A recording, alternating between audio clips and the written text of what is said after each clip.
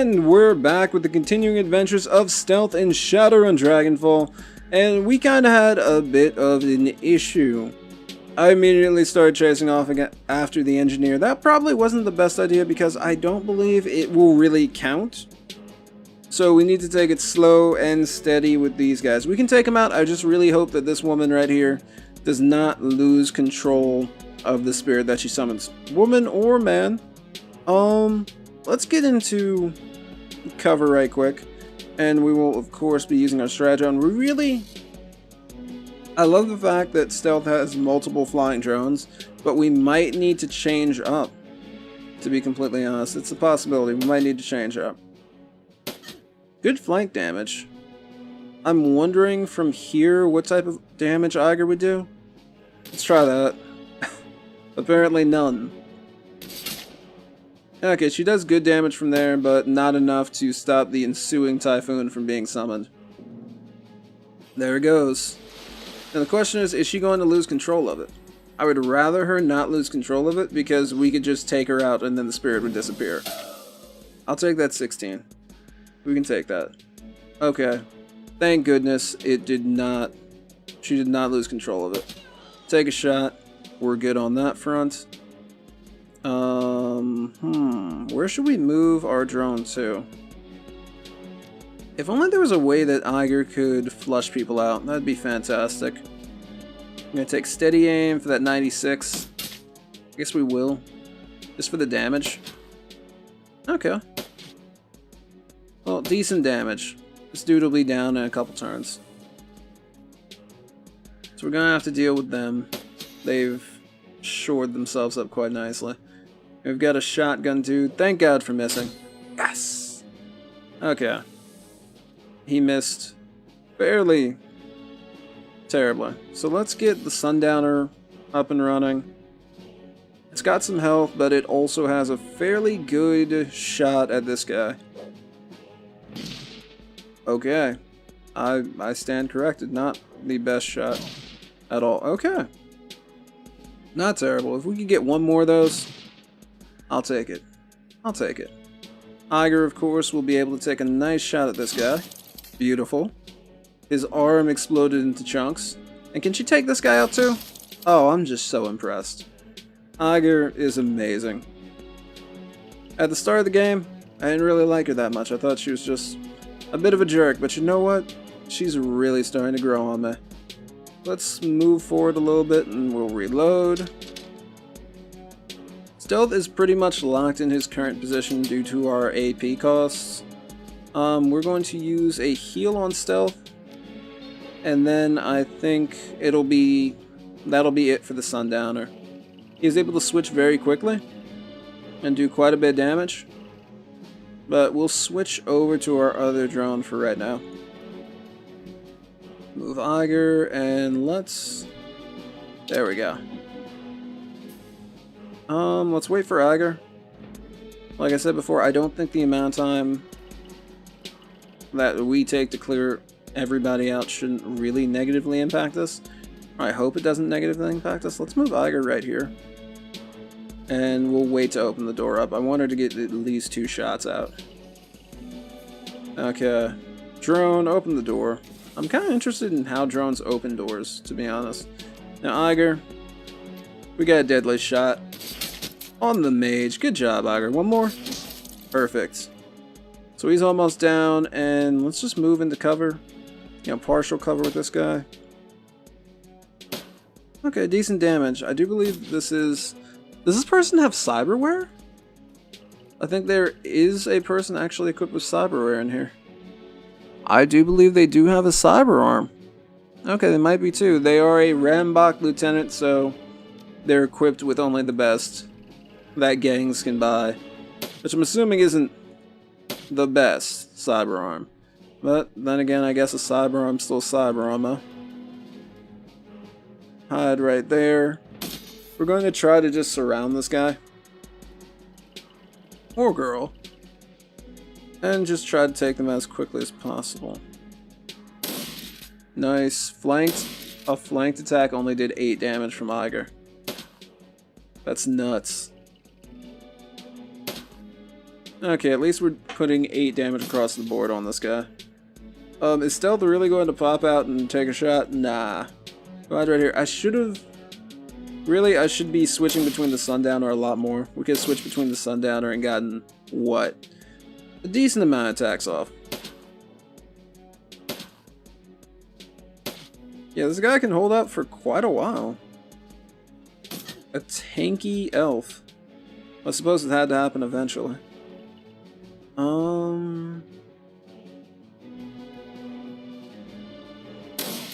There we go. Good flank damage, and the drone should be able to take care of the rest, I would hope. There we go. Okay, we'll wait a second. Get Stealth in here. Iger needs to reload. But she could at least pop up right here. So we'll reload, and then we'll take some more shots. Stealth, open the door, and I guess let it rip, guys. Oof. Okay, this is not the best, but Iger can clean up, I hope. There we go, cleaned up. And she got somebody's leg. Just blowing off limbs left, right, and center. That's when you need a cyber arm. Or leg. Okay. And let's go. I wonder if that's why the Rambach Lieutenant actually did have a cyber arm. Because someone blew theirs off. Possibly a sniper. Okay, so we need to take care of the engineer, and I'm a little... The game saved. I kind of want to make a personal save just in case. Because from what I remember, going up against the engineer sucks. Because the guy's got moves. If we had 3 AP, this wouldn't be a problem. But let's see what we can do. I'll try to move here. Remember, Stealth actually has to be the one to catch up to him, which slightly complicates the problem. See, if we'd picked up Huntress for Iger earlier, she'd probably be able to catch up fairly decently. Let's move here, and I'm gonna try to kneecap him. There we... What? Okay, this is, we're fine. Like, we got him. That wasn't that difficult at all. We have to clear out the Rambach gangers. Shouldn't be that big of a problem. Get ready, Iger, because whoever shows up is getting their head blown off. Almost got their head blown off. Okay, he's gonna have problems. Because Stealth's skills with pistols aren't too terrible. Okay. Actually, she could take a steady shot. And just get ready for the next guy to come around. Oof. Okay. That hurt a bit. But Iger can clean up. Or at least I hope she can clean up. Decent damage and stealth. Those points were well worth it. Help me drag this guy back to the warehouse. We're going to find out what he knows. And I don't even want to know how Iger's going to handle this. The engineer lies splayed out on the ground, his body trembling violently.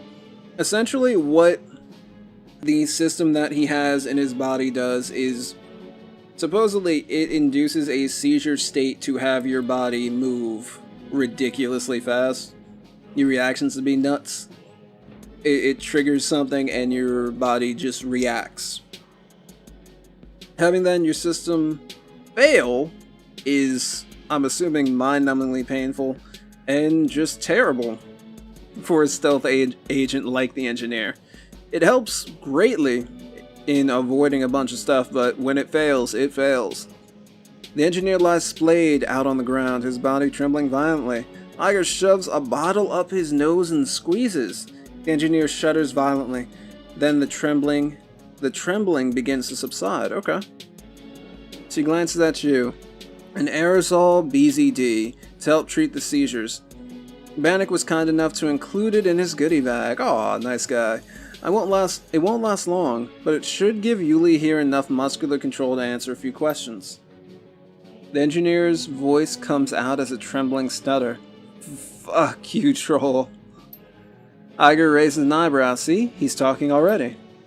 The engineer's eyes burn with hate. Beads of sweat dot his brow, and he struggles to control the tremors that rack his body. He takes a deep breath, holds it, and releases it slowly. The trembling begins to subside. Feel better, Yuli? Ready to chat? Sorry that we had to use that thing on you. Must be terrible, having the shakes like that. But let's just go with feeling better, Yuli. Let's bond it up. Slowly, the orc's eyes shift from Iger to you.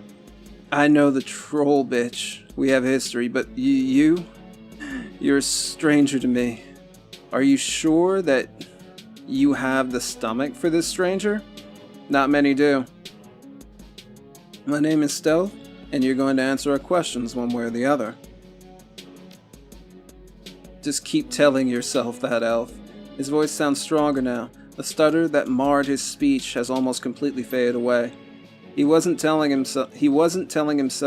She slaps him across his face, splitting his lip down the middle. The impact sounds like a gunshot. He was telling you.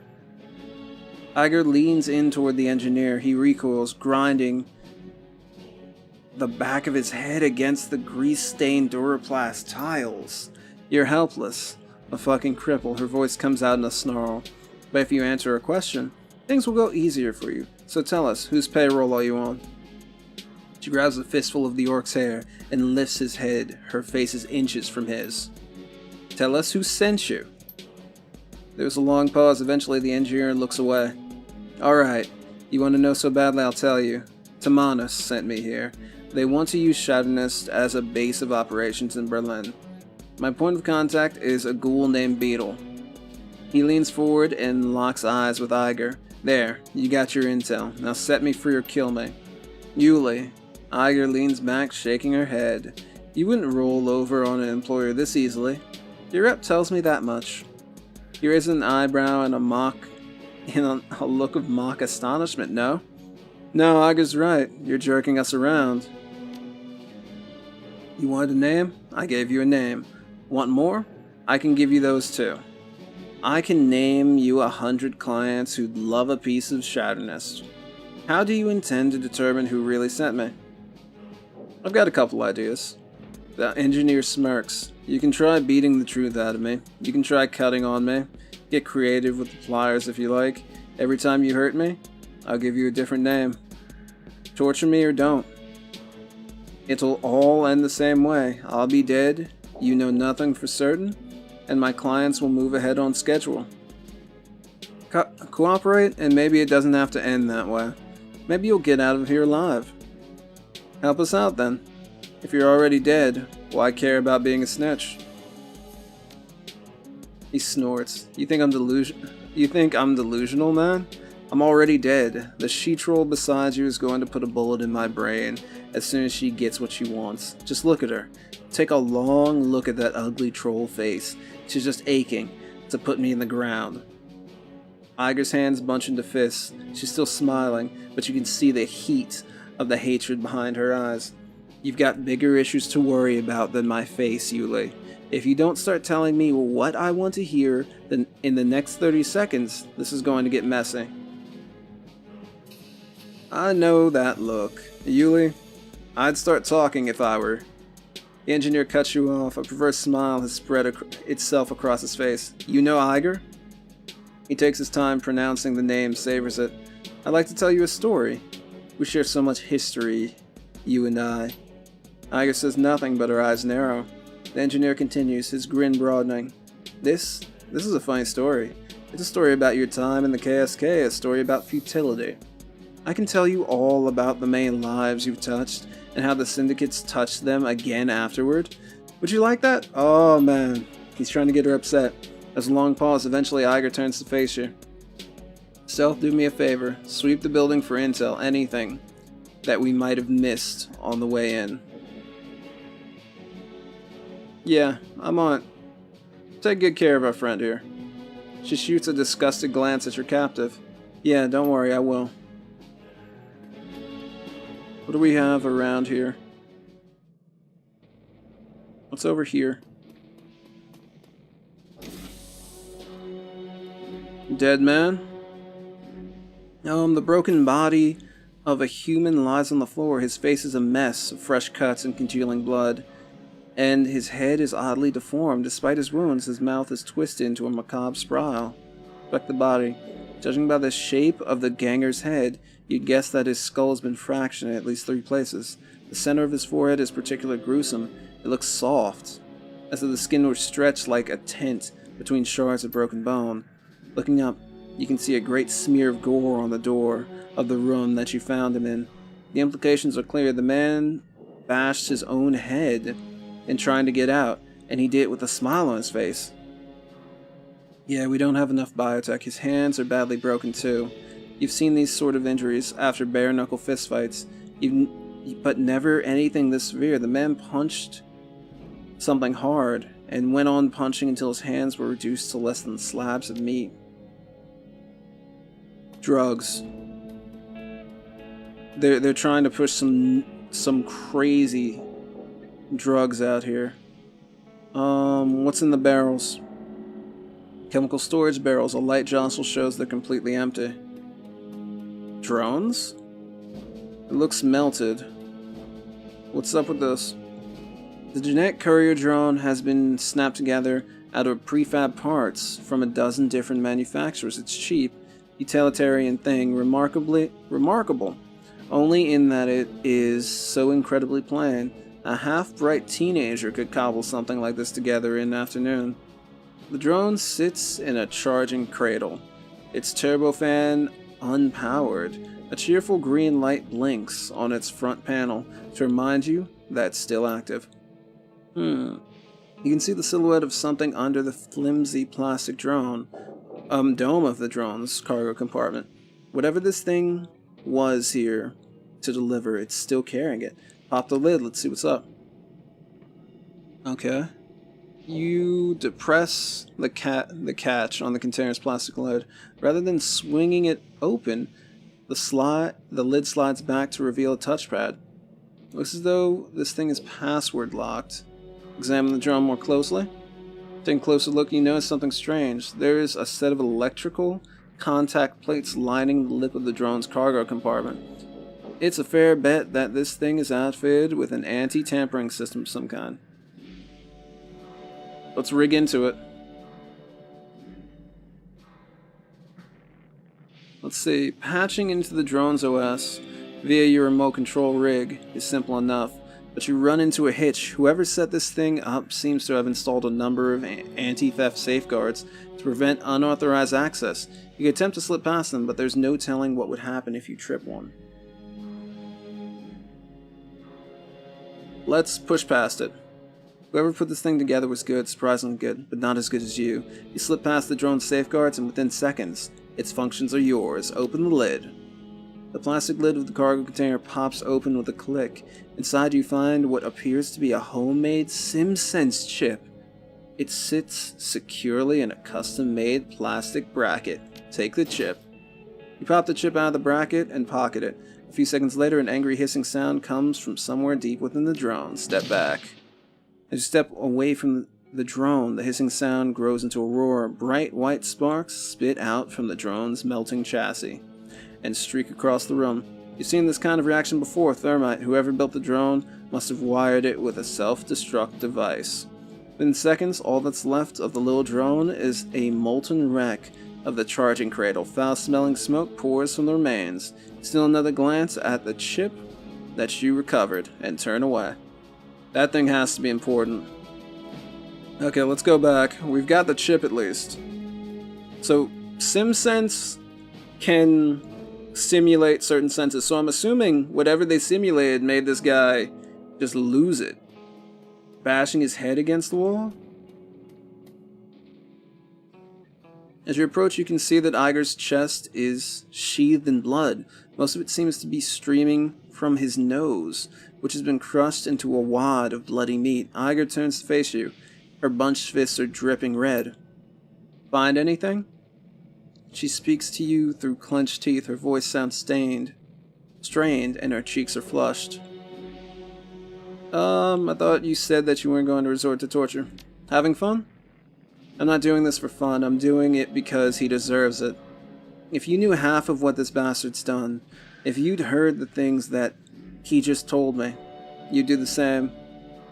Being the tar of a helpless prisoner isn't justice, now stand down. Maybe so, but you're on edge. And I need you calm. Beating him isn't helping.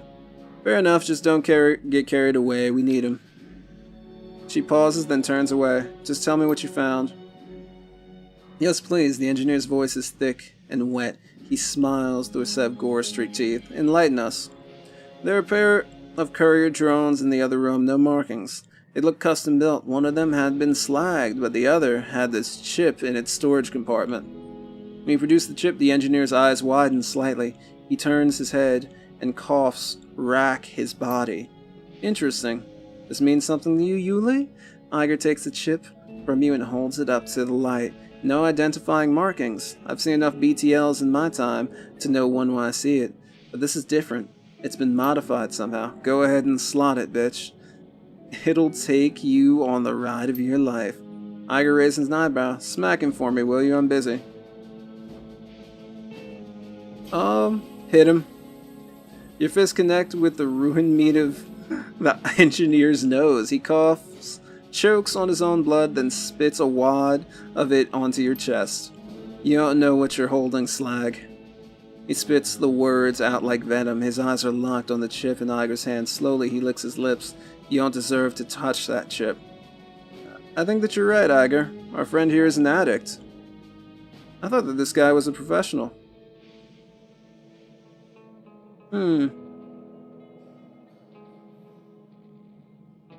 I thought this guy was a professional. He is. I know his rep. I know that he's much too careful to get himself addicted to Sims. She glances at the engineer. Her eyes are locked on the chip. If these things have him hooked this badly, they must be even more addictive than standard BTLs. So if we did have Street, this wouldn't be the first time that something like this has hit the streets. Talk with him, enough sim junkies, and you'll hear about it. Oh, snap. So this is the new fix. That's a frightening thought. You're telling me the last thing that we need is more sim junkies on our streets. She turns to face the engineer. You got anything else to add to this? BTL's better than life chips. They essentially give you ridiculously realistic senses of whatever's on the chip. It could be, a guy skiing through the Alps. It could be a barbarian quest full of action and adventure. You can smell, you can hear, you can touch. Everything that you touch actually feels like whatever you touch. So the guy in the other room probably flipped out off of a bad ship. And they got the engineer hooked on him. That's nuts. So whatever this stuff is, it's the worst quality or the best quality that you could ever sell. You're telling me the last thing that we need is more sim junkies in our streets. She turns to face the engineer. You got anything to do with that, Yuli? You have no idea how wrong you are about all of this. He struggles to rise from the floor, but his muscles refuse to cooperate. Finally, he gives up with a scowl. If I could move my arms, I'd take that chip from you and show you what it does. I'm sure that you would. She glances over her shoulders at you. Good find, Stealth. We've struck a nerve. Any other thoughts? I found a body in the other room. From the looks of him, he tried using his head to beat down a steel-reinforced door. Interesting, but not unusual in these parts. There are all kinds of drugs that can make a person act that way, and most of them aren't hard to get in a place like this. What about the SimSense chip? Could that drive someone to do something like this? She pauses for a moment, considering. I don't see why not. It's worth checking out at any rate. Check the body and see if it had a chip jack. Just be quick about it. I don't know how long it'll be before we have company here.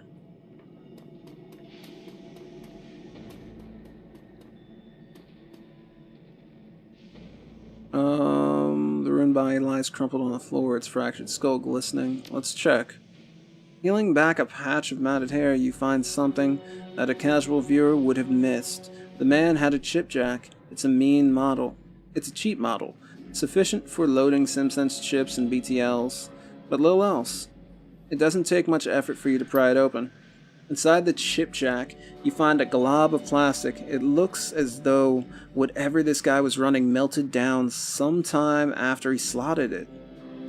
A chip jack like this couldn't generate enough heat to destroy a SimSense chip. The only logical conclusion is that the chip itself was wired to melt down after use. Yo, take the burned out chip. So, is it possible that you could just use this to kill someone? Or specifically use this to kill someone? That's why he beat his head against the wall, and that's why he was smiling, because the pain finally subsided. The engineer's eyes remain locked on the chip. His face is going pallid white, and his shirt is drenched with sweat. His eyes bulge and his breathing is heavy. Iyer glances up from your manic captive and looks you in the eye. Find what we're looking for? Yeah, I pried his chip jack open and found a blob of melted plastic inside. It was still warm to the touch. Iger examines the remnants of the chip in your fingers.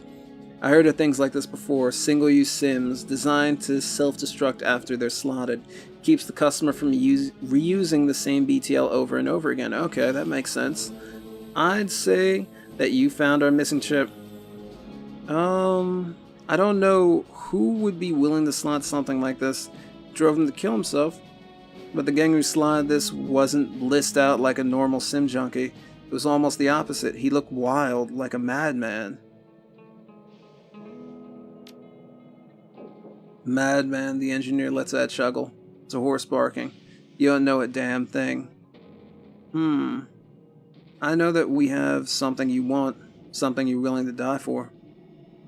I know that you'd love to get your hands on that chip Iger's holding. If you could only move your hands, that is. Hatred burns in the engineer's stare. He struggles to rise from the floor, but after a few seconds of ineffectual thrashing, he gives up. You really want this thing, don't you? She waves the chip in front of his eyes. This is junkie behavior. Whatever this thing is, you're hooked on it. He snarls up at Iger, his face screwed into a look of pure hatred. The chip is everything, everything. It's worth dying for. I was ignorant once like you, but then my eyes were opened, and I saw the chip slot one, and you become a god. He's high. Is it a combat?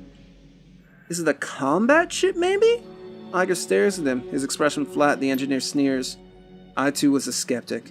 Then the wolf caught me, and the raven opened my eyes, and now at last I can see. What?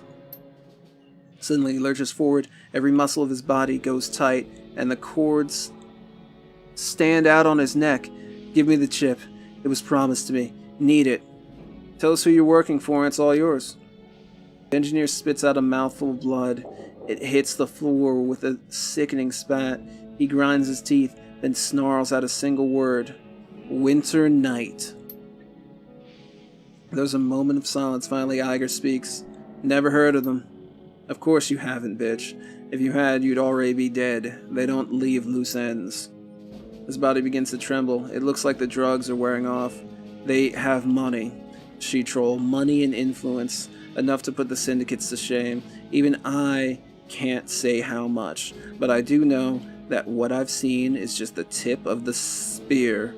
Alright, let's say that you're telling the truth, and some sort of secret society is behind this. What do they want with this area? They do not tell me these things. All I know is that they want to store things here. Crates, boxes, shipped in from all over, no cargo inspections, and no traces back to them. So basically, this is another group like the Lodge. What are they shipping in? Weapons, drugs, more of those BTLs? He eyes her incredulously. You think that I asked them? It's not my place to know.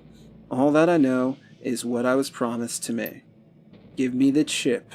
His voice comes out in a shivering screech. You promised. He promised you the chip. Iger smiles at the engineer. Slowly, she pulls a knife from her belt. Oh, no. Its serrated edge glints in the light. I, on the other hand, didn't offer you a goddamn thing. She's got you there. Iger leans in to look The engineer in the eye, she grins. Goodbye, Yuli. She plunges the blade into the engineer's throat. The orc lets out a startled, gurgling sound, thrashes, and dies. Iger wipes her hands clean and looks up, an expression of grim satisfaction on her face. Well, that takes care of that. Thanks for the assist, Fearless Leader. Anytime. Ready to head back? No problem, but we're not done yet. We still have Winter Night to deal with. Can't do it, Fearless Leader. What you're suggesting is beyond the scope of our capabilities. I don't have any contacts in Norway. We don't even know where to begin looking for Winter Night. And if we found them, what then? The two of us aren't going to stop the international conspiracy, our own. We're good, but we're not that good. You've got a point. Well, we'll let the Flux State handle it. Good call. Now there's just one more thing that I want to do before we head back home. She gestures at the engineer's lifeless body. We still need to search the bastard. Who knows, maybe he has some additional evidence on him, or in him.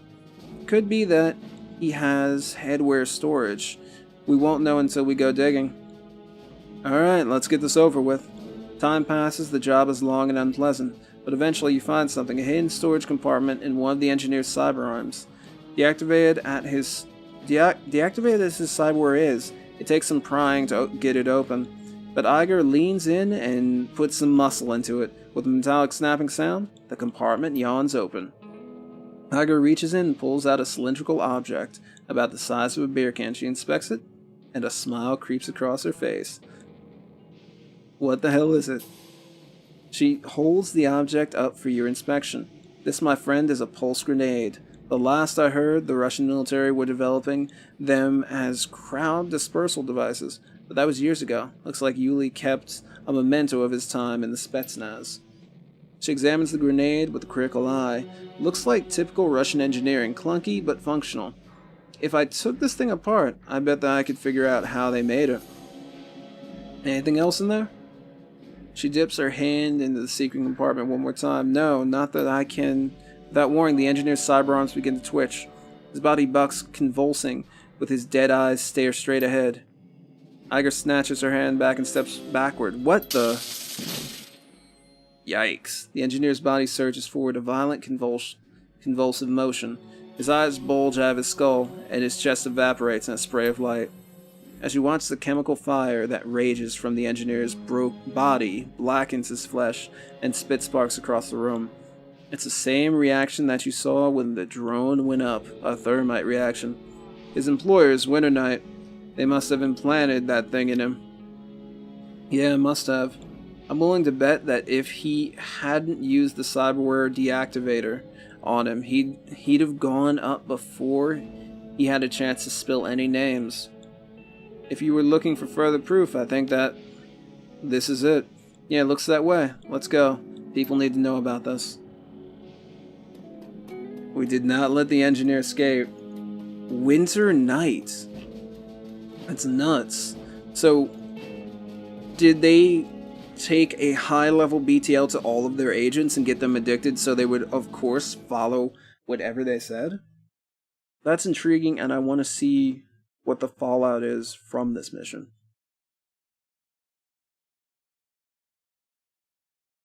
The U-Bahn whisks you back towards the Kresbisar.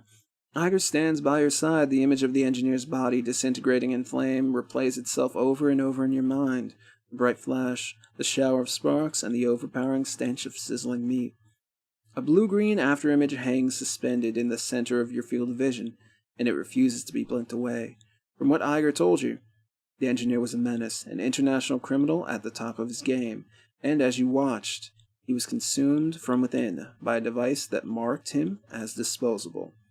The rattle of your U-Bahn car coming to a halt shakes you from your reverie. You're home. Man. All I know is these guys are not to be messed with. We dumped this information, I'm guessing, we dumped this info on the net, and then we're out. Oh, so we raised enough money to pay Alice? What?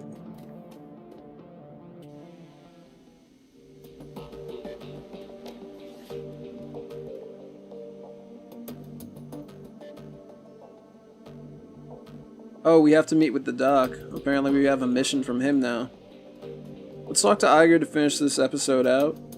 And I'm happy. We scored something pretty nice. Iger welcomes you with a nod. Stealth, what can I do for you? We should talk about what happened to the engineer. She nods, Agreed. I'm ready to go over it if you are. So the engineer was working for a secret society. I wasn't expecting that.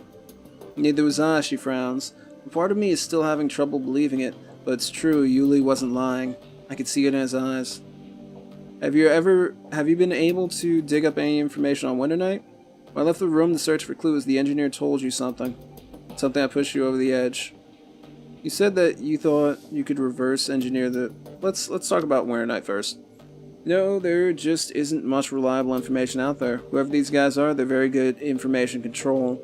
None of my contacts could find anything but rumor and conjecture. And most of that is too crazy to even consider. You mean like the Lodge being linked to the Bavarian Illuminati?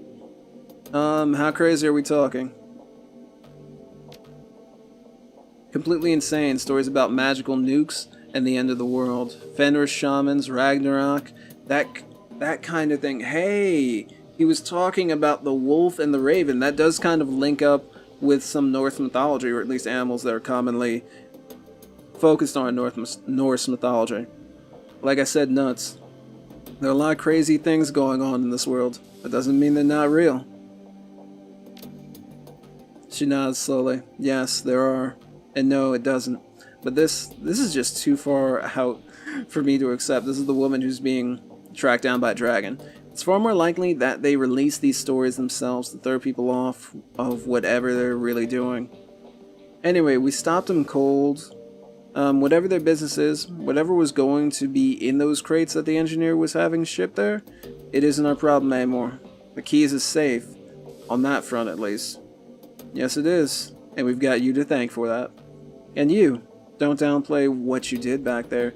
Anyway, we shouldn't let it go to our heads. We still have a dragon to worry about. Okay. So when we left that room to search for clues, the engineer told you something. Something that pushed you over the edge. What was it? Her eyes narrow. The son of a bitch said a lot of things. What of it? What do you think? I want to know what he told you. You knew that we needed him, but you beat him badly. I'm worried about the lapse of control. You don't need to be. There's nothing wrong with my self-control. I made a choice to unload on Yuli because he was a murderous asshole.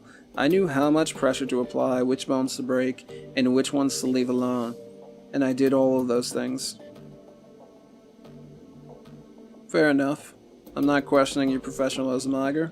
As your team leader, I was concerned. If you say that you have no reasons to worry, then I won't. Good, and thanks. Now, is there anything else that you'd like to talk about? You were talking about a reverse engineering a pulse grenade? Yeah, actually, it wasn't too difficult to pull the thing apart and see what made it tick, she smiles. Making one of my own was a different story, but I got it in the end. She reaches into her desk and grabs a cylindrical object. Gently, she lifts it up and hands it to you. Meet the newest addition to my arsenal. I call it the Voltic Grenade. It's based on the same principle as the Russian pulse grenade, but with a few tweaks of my own. Nice. These things were designed for ground control? Originally, yeah, mine have a lot more bite though. I bumped up the amperage quite a bit. When the thing goes off, it'll both shut down the nervous system and cook the organs of anyone in its blast radius. Hand back the grenade. Sounds nasty, yeah, man. She nods and tucks the weapon back into her desk. It is. You wouldn't want to be on the wrong end of one of these. For now, I've only managed to make one Voltic grenade. They aren't the easiest things in the world to manufacture or the cheapest, she nods thoughtfully. But I should be able to scrounge up enough raw materials to put a new one together between each run. Sounds good to me. That's all, Iger. Thank you, Fearless Leader, both for the chat and for the assist on the run. Is there anything else that you wanted to talk about? Nothing? Alright, thank you guys.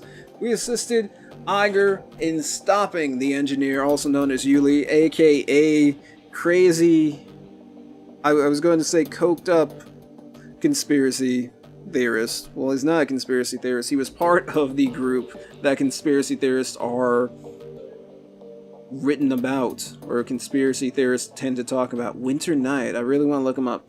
Anyhow, thank you all for watching. Please be excellent to each other, and have a nice day. Please tune in for the next thrilling installment in the adventures of Stealthy Elven Rigger, when we tackle Blitz's debt problems. Yeah.